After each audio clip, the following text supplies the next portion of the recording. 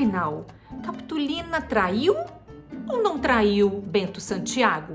Mas será mesmo que essa pergunta resume uma das obras mais importantes da literatura brasileira? Saudações literárias! Tudo bem? Nesta edição do meu diário de leitura, vamos falar de uma das maiores obras abertas da literatura.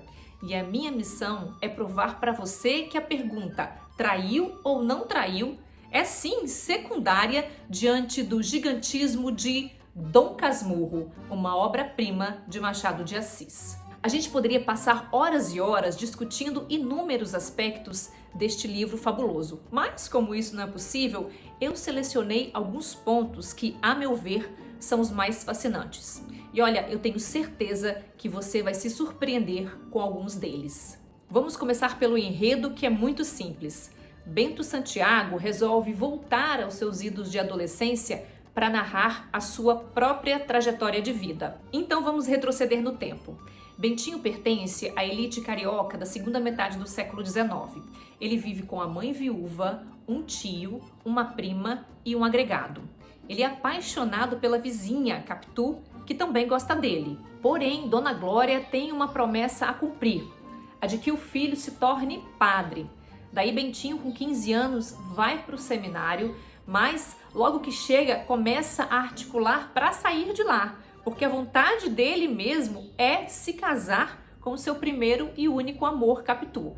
Mas primeiro ele vai ter que convencer a mãe a esquecer da promessa que ela fez. O plano, de certa forma, dá certo e fim da primeira parte do livro.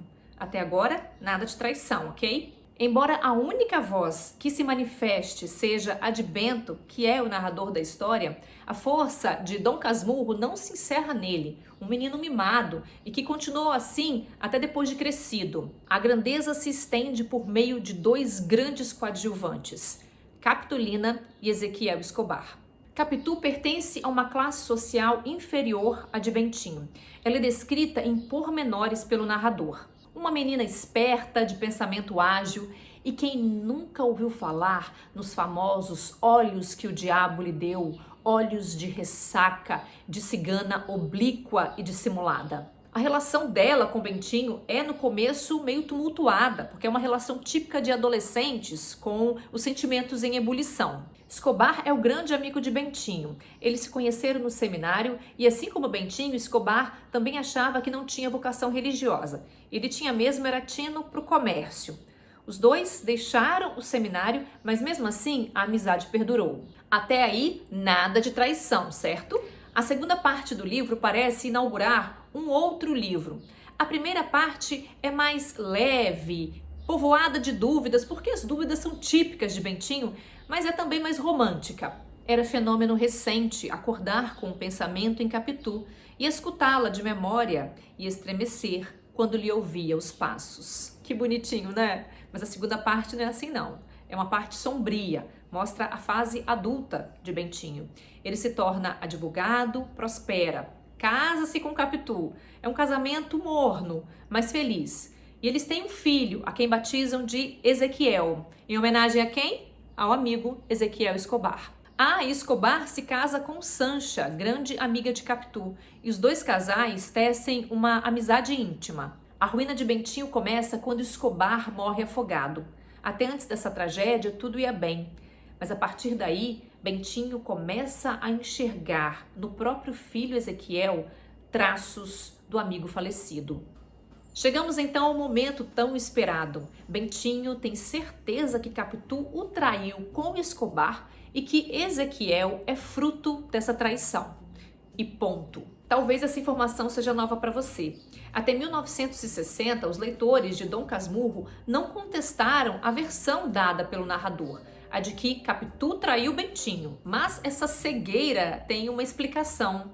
Revela o tipo de sociedade letrada que imperava no Brasil daquela época. Uma sociedade patriarcal e machista. A sociedade era ou gostaria de ser Bento Santiago, então todo mundo acreditou nele. Foi a professora Helen Caldwell que levantou a dúvida em seu ensaio O Otelo Brasileiro de Machado de Assis, publicado 60 anos depois de Dom Casmurro. A professora propõe justamente uma discussão sobre a confiabilidade da palavra do narrador. De forma inédita, ela contesta a traição, colocando o holofote não mais sobre a possível infidelidade de Capitu, mas sobre a narrativa não confiável de Bento Santiago. E quem é esse narrador? Um homem amargurado, afundado em mágoas e disposto a trazer o leitor para o lado dele. Ele conversa, negocia o tempo todo com a gente. Aparentemente, o clima é de confidência em estado bruto, mas na essência pode ser uma armadilha, porque estamos diante de um personagem melindroso, cheio de manias e devaneios. Ele conversa ou manipula? Magistralmente, Machado de Assis impregna a sua narrativa com pistas sutis, para que a beleza da dúvida acompanhe a nossa leitura. E adivinha onde encontramos a primeira pista? No título do livro.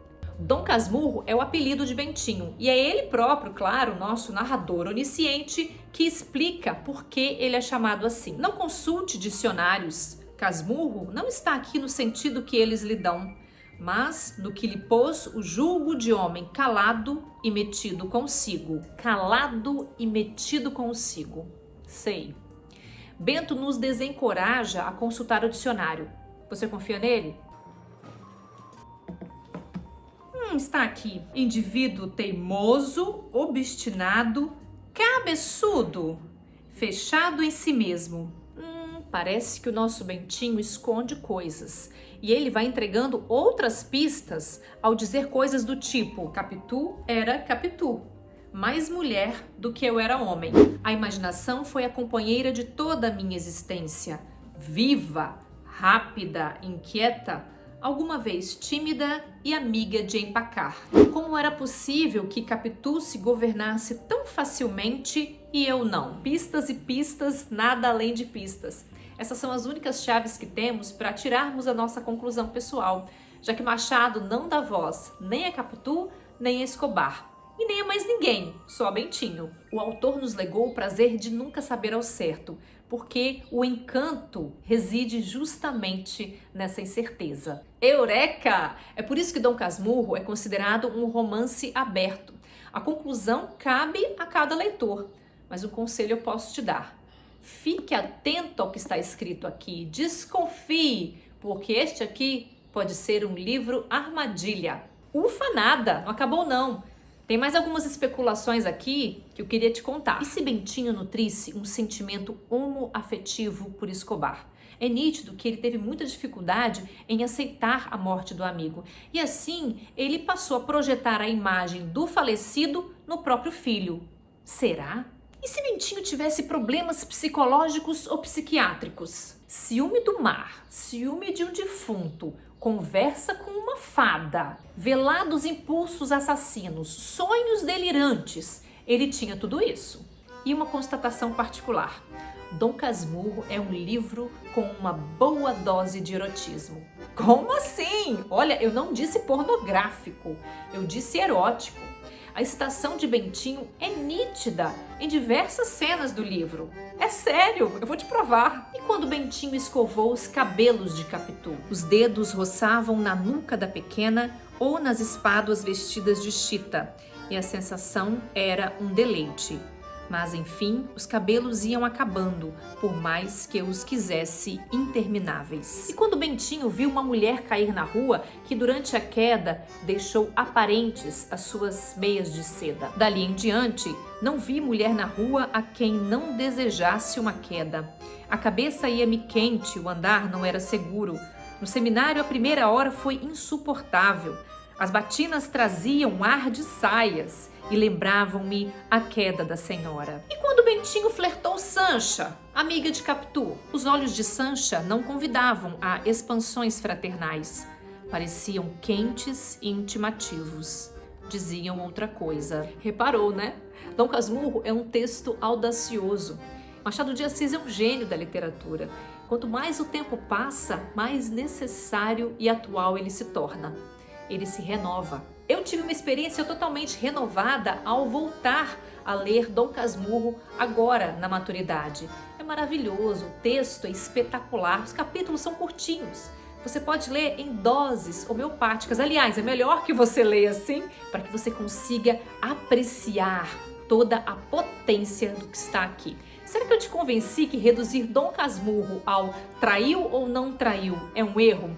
E mais importante, será que eu te convenci a ler Dom Casmurro? Paira a bela dúvida, mas de uma coisa eu tenho certeza. Se você ler Dom Casmurro com faro de detetive, vai passar a desconfiar da sua própria sombra. Um beijo e até a próxima. Tchau!